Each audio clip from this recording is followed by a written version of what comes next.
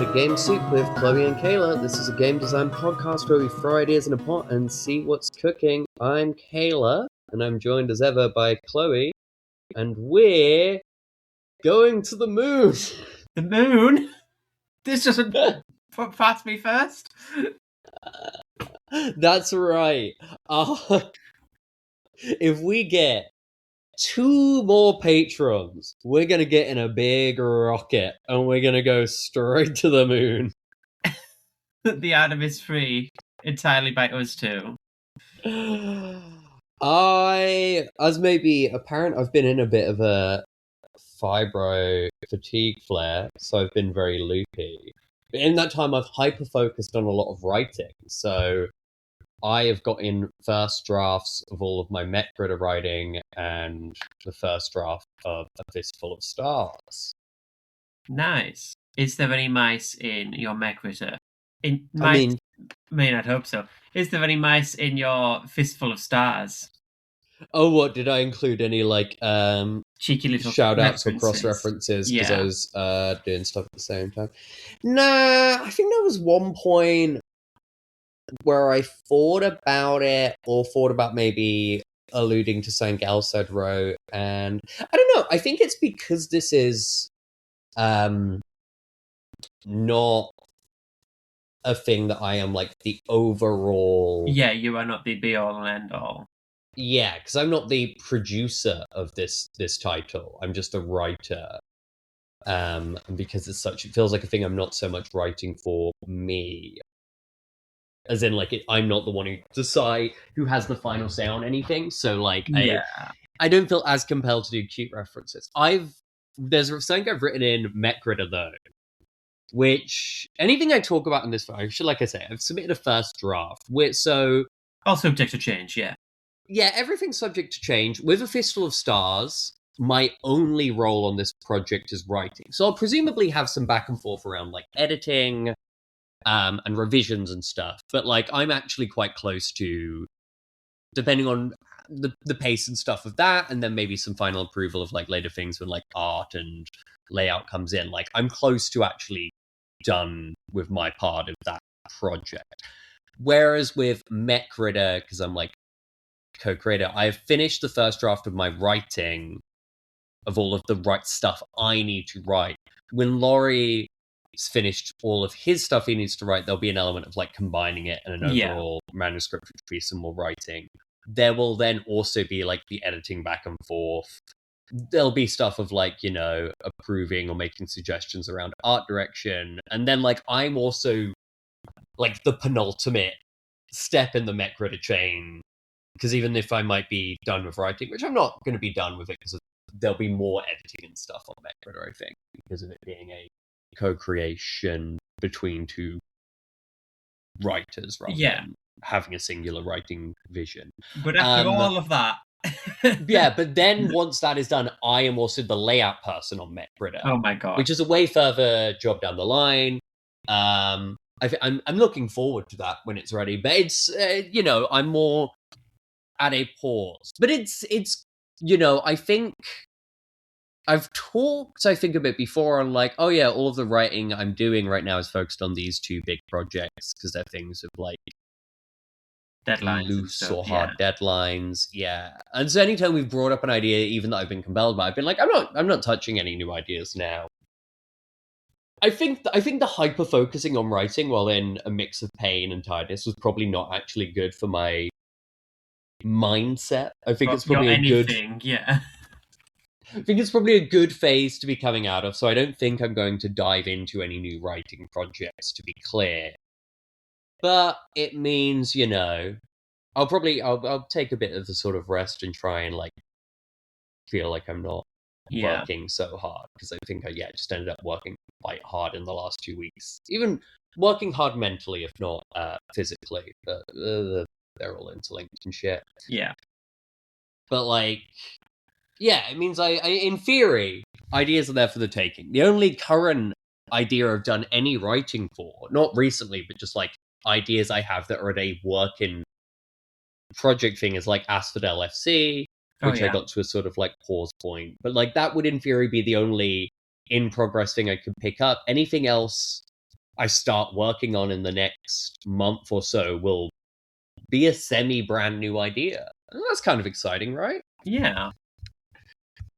I did Dragon Meat 2 since our last episode. Oh yeah, how'd that go? I enjoyed myself at Dragon Meat 2. I think I had very reasonable expectations around it. Having done it last year, I was like, yeah, there's like the tickets go and there's lots of people through, but they do tend to drift more towards the areas where they're playing stuff Yeah. rather than the halls, and your sales are more equivalent to sort of like, they are smaller sales than I'd made, I think, like my first couple of years at like Norwich Games Con. They're better than all 3 days of Tabletop Scotland, just a Okay. comparison. But I think some people go into I don't know, maybe this is but I think some people seemed quite disappointed when Yeah. talking, like who They're were selling thinking it was going to stuff. be equivalent of Dragon Meat. Yeah, or at the very least, I don't know, maybe. I think it's a thing where, like, doing Dragon Meat 2 for me is so low cost. I'm not even paying to get to the venue. I was saying to someone, like, the worst this day could go, money wise, is I spend more money on coffees while I'm out than I make. And that could have happened if I just wanted to go for a walk in the sun. Not walk, you get what I mean. So, like, very, very low stakes con. I had a lovely time. It was the first thing where I had the Gallant and the Virtuous for sale. Yeah. That did quite well. It was actually, that's the obvious thing I should talk about. It was the first convention I had done since I swapped to a power chair. And how'd that go for you? Much, much better. It's like a thing, like, I was done with setup. Setup is always kind of a nightmare.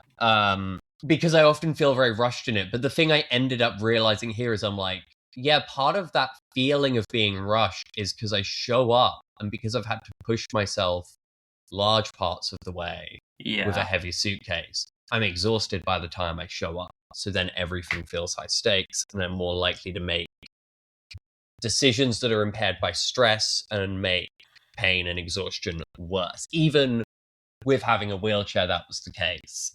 So, like, not being exhausted meant I think I just managed everything much better.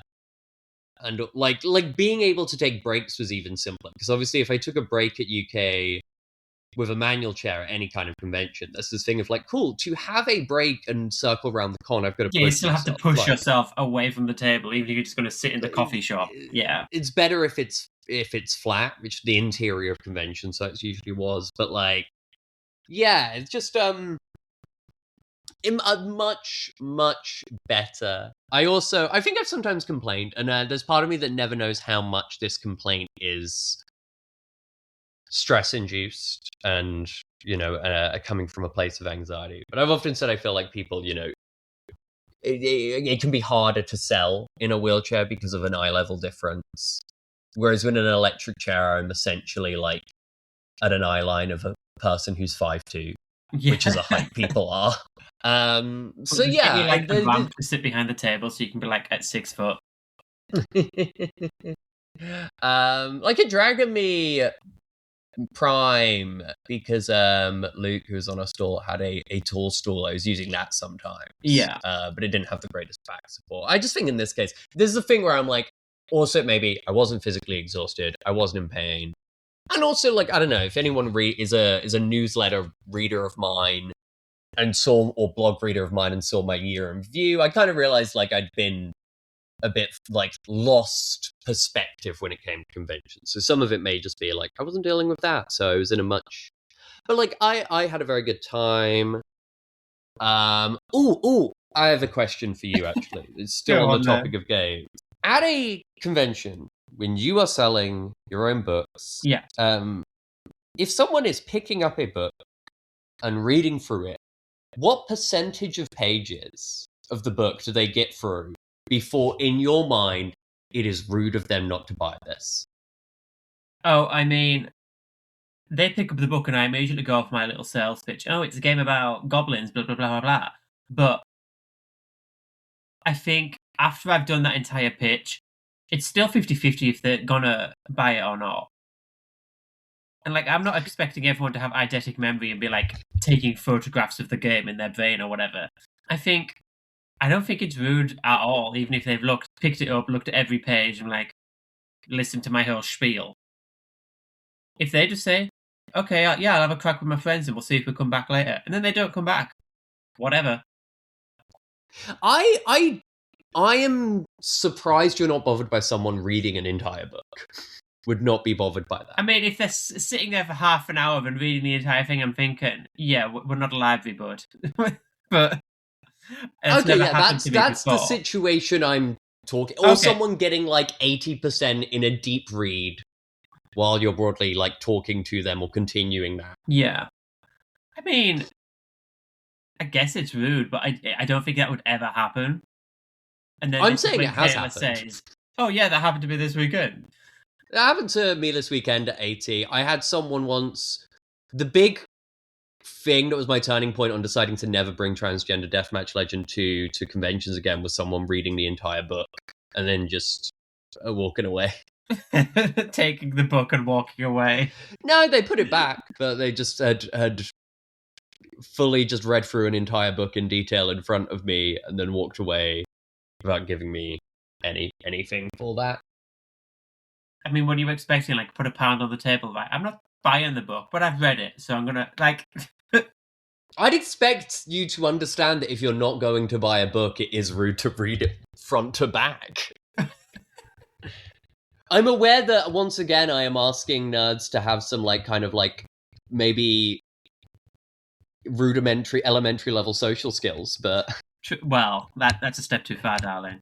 Mm. Look, as a RPG in nerd, front of the person who wrote the book, I think that is a bit rude. In front of him, yeah.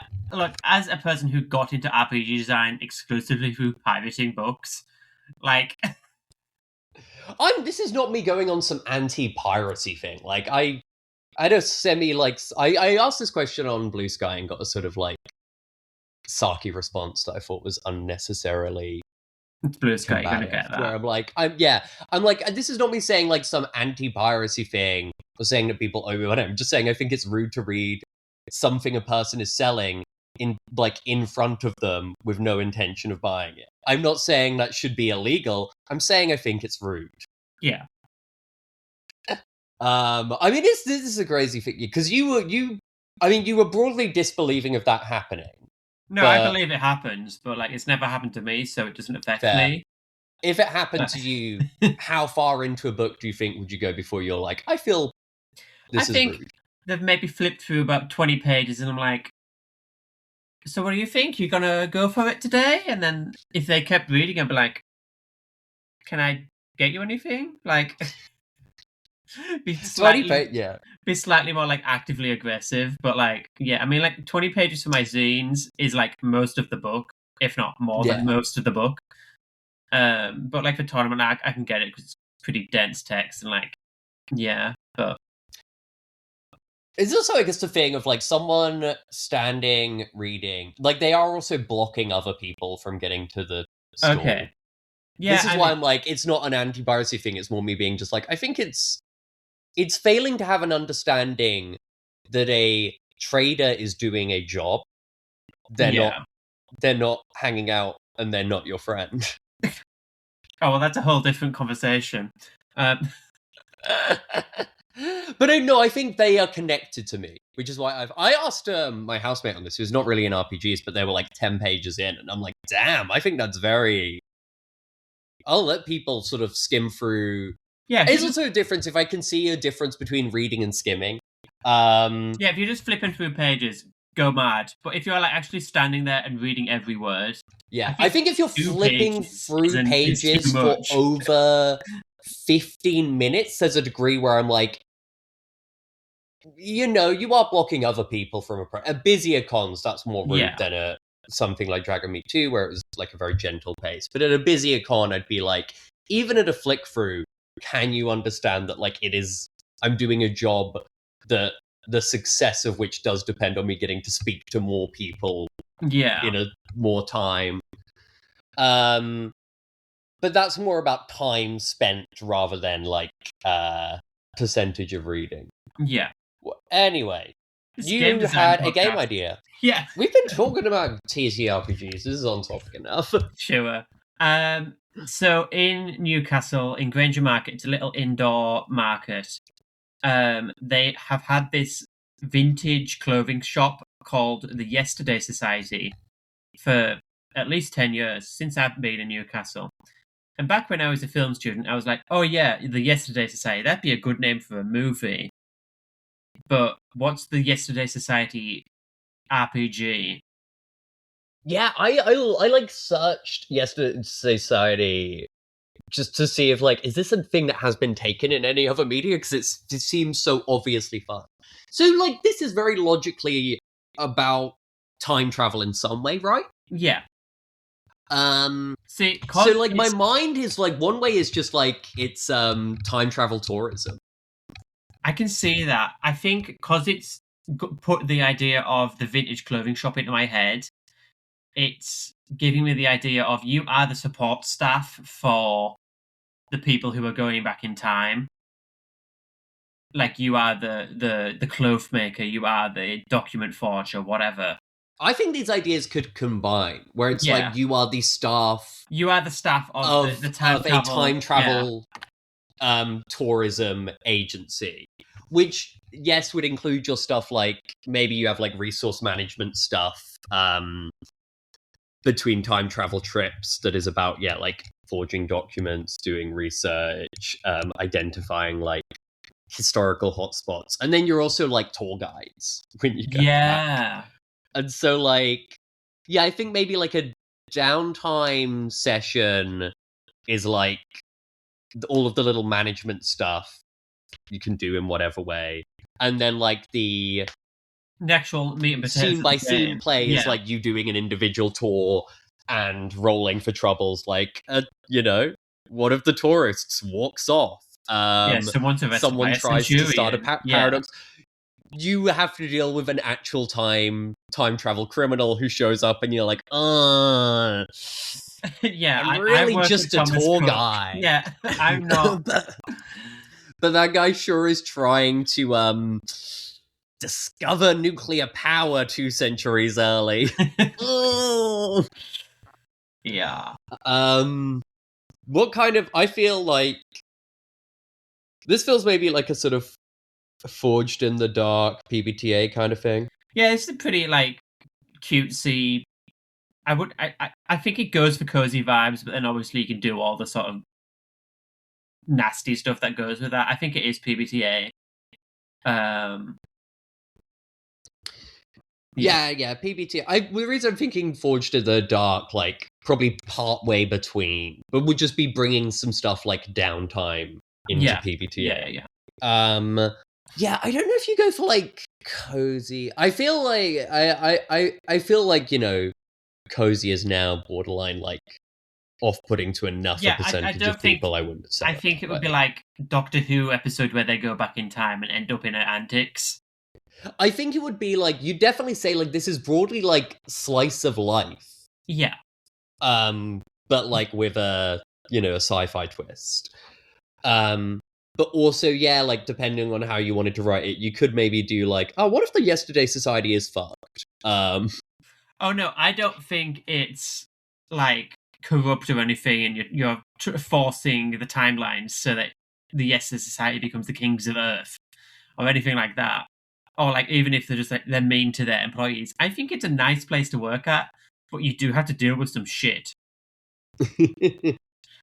Yeah, like, that's one option. I think obviously one way you could do a sort of darker twist on it is going for like, I don't know, doing some like kind of grisly stuff with time travel or whatever. But like, I don't know. This would be. Would you, you're a Doctor Who girl. Yeah. Would you write this? I can see writing this. I think I'd go sort of halfway between Doctor Who historical episode, like I'm thinking the Vesuvius episode sort of thing, and like the bit in the first Bill and Ted where they're time traveling before it gets all goofy, JFK in modern day shit.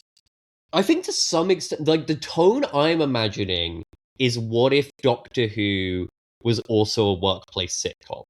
Yeah. Doctor Who meets the US office. Yes. And it's like, I was going to say Doctor Who meets Party Down, but that's maybe too obscure a reference. I don't know what that is. Yeah, Parks and Rec. Exactly. Yeah. It's like, okay, today we're doing a tour back to Nazareth and we're going to go see the crucifixion. And it's like, okay, I have religious objections to that, but okay. It's like, okay, Yeah. it's your job, I don't So care. I think this is definitely a game where both of us have the background interest and stuff to write a game that probably would be similar mechanically, but I do think would be very different tonally depending on which of us wrote Yeah. this. I could see a world where I end up writing this. Yeah. Like, I think you maybe I have like a list of like tour destinations and it's like all like cool historical things. And then there's maybe like a list of things that can go wrong. I think if I was writing this, there'd be part of me that'd just be like, oh, it's so much work to put onto a GM to like come up with a historic. So I think I'd maybe like write a couple of like Yeah, that's what I'm timeline saying. places events. Yeah. Oh yeah, but I think they'd be a bit more than 2 word, is what I'm saying. Oh no, I'm not saying 22 on the roll table is Roman Colosseum. It's like I'd have a full page for you go back to the Roman Colosseum. There Okay, is this on today. Whatever. Here's what you could expect to see. But then here's a little roll table for. Oh, here's some tourists that are coming back with you. Maybe you can mix and match them. the stuff goes wrong is shorter, but Yeah. no, that makes sense. I get. Yeah, we'd probably all broadly do similar things in that. I think it would probably just be like some of the subtle tone stuff, and also probably what kind of like playbooks we would write. Where would you go with playbooks on this? I think my brain is saying the jobs. So like you'd have the tailor, the stuff like that. But I think I'd write that, struggle to come up with more than like 3, and then rework it so that you're all two tour guides, and like maybe you have different like experiences, and like maybe I'd do like a skill list or something. I maybe would have to. Yeah, I feel like jobs is one obvious thing. You'd plausibly need to look at like what kind of jobs do travel agents have. Yeah, I feel like all travel agents is either you are the one giving the tour, or you are someone at a computer writing down what you are going to do Yeah. on your tour. But I feel maybe if I look into it, I'd learn. Oh no, there's way more shit going on. Have you ever watched the reality show Below Deck? No. I suppose if you did the angle, because I was sort of imagining this of like you're teleported to each place, but I suppose there is also an angle where like you have a time travel ship, a time ship, and like you essentially in that way are kind of like a luxury yacht that Oh takes yeah, them. okay, yeah. So in that case, you also get maybe roles like tour guide, but also like activity coordinator, Yeah. captain, chef, but also like you'd always go out. It would be a thing of like, okay, cool, we're moored in this time. X is doing the tour, but Y and Z can go just like have some R&R time. But then when the problems start, they get brought back together, obviously. Yeah. Like, but the other thing I was going to say is like, as well as jobs, I feel there's maybe an angle you could go via like errors. How do you mean? Because Like I think having historical obviously, people? yeah, as in like, that's actually a question. Are the people who work for the Yesterday Society, are they all from the same era that is sometime far away in the future? Or is it potentially like, well, I guess like what I'm about to say, is it like the Time Hotel from the Doctor Who Christmas special, where it's like, oh yeah, you get recruited from any era. I think it's like your generic character is from like the not too distant future, but then you could have like 1 or 2 standouts, and it's like, yeah, I'm a Victorian dowager or whatever. Yeah, But I don't think I that's the expectation. I think that's the exception. Exception. There we go. That's the word. Yeah. Yeah, who knows? There could be different sort of twists on it, I guess. This does really because I think we've talked about this before. I got like sort of like partway in, I wrote most of the mechanics for a system that was involving like time travel. The tone was darker than this. There was explicitly a thing of like, yeah, you're like people who are supposed to be fixing the time stream as it goes wrong. But like the undercurrent of the game was like, you definitely work for like fuckheads, probably, who are doing weird shit at the time. It felt like too big a game for me to continue to invest in, partly because of not being a person who wants to make campaign games. Yeah. But maybe there's a world where I could see myself revisiting that idea. I think Who like that knows? sort of thing could be like an analog to the, like a pivot of this game where this is just the normal people going back in time. If something goes terribly wrong, now you've got to call the time cops, and you're fucked if you have to call the time cops. Yeah. Well, that's the thing. I was going to say, I think this setup is actually very similar in like session structure to what we decided in terms of like, oh yeah, you have some kind of central thing outside of time, and then you are doing an individual trip as the focus of a session. But this is, I think we've landed on something here that is like, oh yeah, a single session of this is a satisfying play experience. Yeah, but then you could do reoccurring it. Yeah. But you have more room to expand it. The problem I really landed on with the time travel game I was working on, which alternatively was called either The Test of Time or Time Flies, I hadn't decided, was the thing of me being like, this game doesn't sing unless you get a short campaign out of it. And that felt disappointing to me as someone who prioritizes the one shot at this stage in her design career. How do you feel if this was the rare game where we did, like, we've never done a game where we've both taken the idea? I could see us working together on this. I don't know if we'd work well together in an actual writing. Is that controversial to say? 120 episodes in, I think that is controversial to say. I think we have a good, like, podcast radio dynamic, bouncing ideas around. But I think some of our, like, deeper held preferences around game design or writing books like conflict with each other in a way that I think would make actually working on a project together hard. Do you disagree? No, I can see that. Like, I'd be like, oh, and let's make a silly playbook, and you're like, well, can we make this more serious? Can we make this like? I don't think I'm a serious game designer. I think a lot of my stuff is funny. It's just it doesn't brag about it. But I think what you'd say, can we make this more approachable to like the everyman audience? And I'd be it's like kind of 12-year-old play this, and you're like, no, this is workplace first, and I'd be like, no, it's comedy first. Yeah, I love to be in the workplace. Known fact about Kayla Dice, she'd be working. Oh yeah. Do you find it interesting how often you drift towards like workplace settings in your design? Do I? Or maybe not in your design, but I feel in some of your pitches on this. You've pitched a lot of stuff set around stores. I mean, that's just because I'd be in stores. I'd be working in stores. Look, give me 2 months, and all of my pitches are going to be about cars.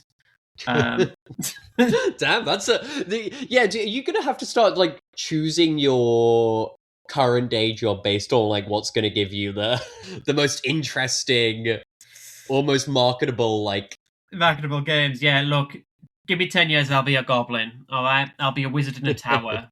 But I guess I think it surprises me that like, yes, you're in stores, but very often the stuff you write in stores is like quite nice. You know what I mean? Or pitch in stores is like that. You're not someone who is doing about like a retail job like really fucking sucking. Because I don't want to have 8 hours in a shop and then come home and roleplay that for 4 hours. I get that. I'm surprised that you are into the idea of working 8 hours in a shop and then role-playing 4 hours in a shop, but nicer. I play video games where you work in a supermarket and have to do maths on people's change. Like, that is, like, being in control of it, I think, is the thing. Whereas it's like, yeah, the popcorn's £8.50. I know it's expensive. I think so too. But it's like, I just want to be a manager, I think. Yeah. I will say, like, I love to relax with games where I have to do maths is such an autistic coded thing for a neurotypical woman to say. Yep. Thank you for listening. Bye.